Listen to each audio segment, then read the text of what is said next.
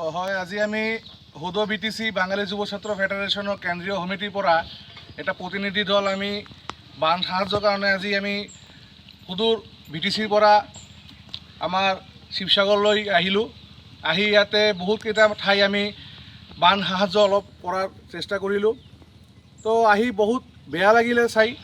আজি ইয়াতে আমাৰ মানুহবোৰ যেনেকৈ মানে কষ্টত ভুগি আছে, থাকাৰ ঘৰ নাই, বানে একদম গোটেই মাখা একদম উৰাই লৈ গ'ল। ইয়াৰ পৰা কণমান মানে ছোৱালী আৰু ল'ৰাবোৰে ৰাস্তাত ফুৰি আছে। শিক্ষা ব্যৱস্থা একদম জৰাজীৰ্ণ অৱস্থাত হৈ আছে।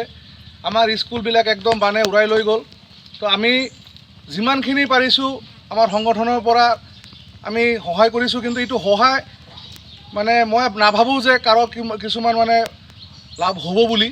আমি চৰকাৰক আহ্বান জনাবলৈ বিচাৰি আছিলোঁ যে চৰকাৰে অনতিপলমে মানে মুখ্যমন্ত্ৰী মহাশয়ে এটা বলিষ্ঠ পদক্ষেপ ল'ব লাগে আৰু যিমান সম্ভৱ অনতিপলমে এই জায়গাখিনি ঠিক কৰিব লাগে।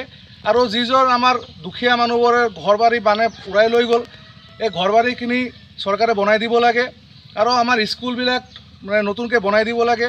কাৰণ শিক্ষাখিনি বহুত পিছুৱাই যাব যদি আমাৰ শিক্ষা ব্যৱস্থাখিনি ঠিক নহয়। তো আমি সংগঠনৰ পৰা চৰকাৰক এইখিনি আহ্বান জনাম যে আপোনালোকে চৰকাৰৰ ফালৰ পৰা এই ক্ষতিগ্ৰস্ত জায়গাখিনি আপোনালোকে অনতিপলমে মানে আগৰ নিচিনাকৈ ঠিক কৰি দিব বুলি আমি আশা ৰাখিছোঁ। ধন্যবাদ।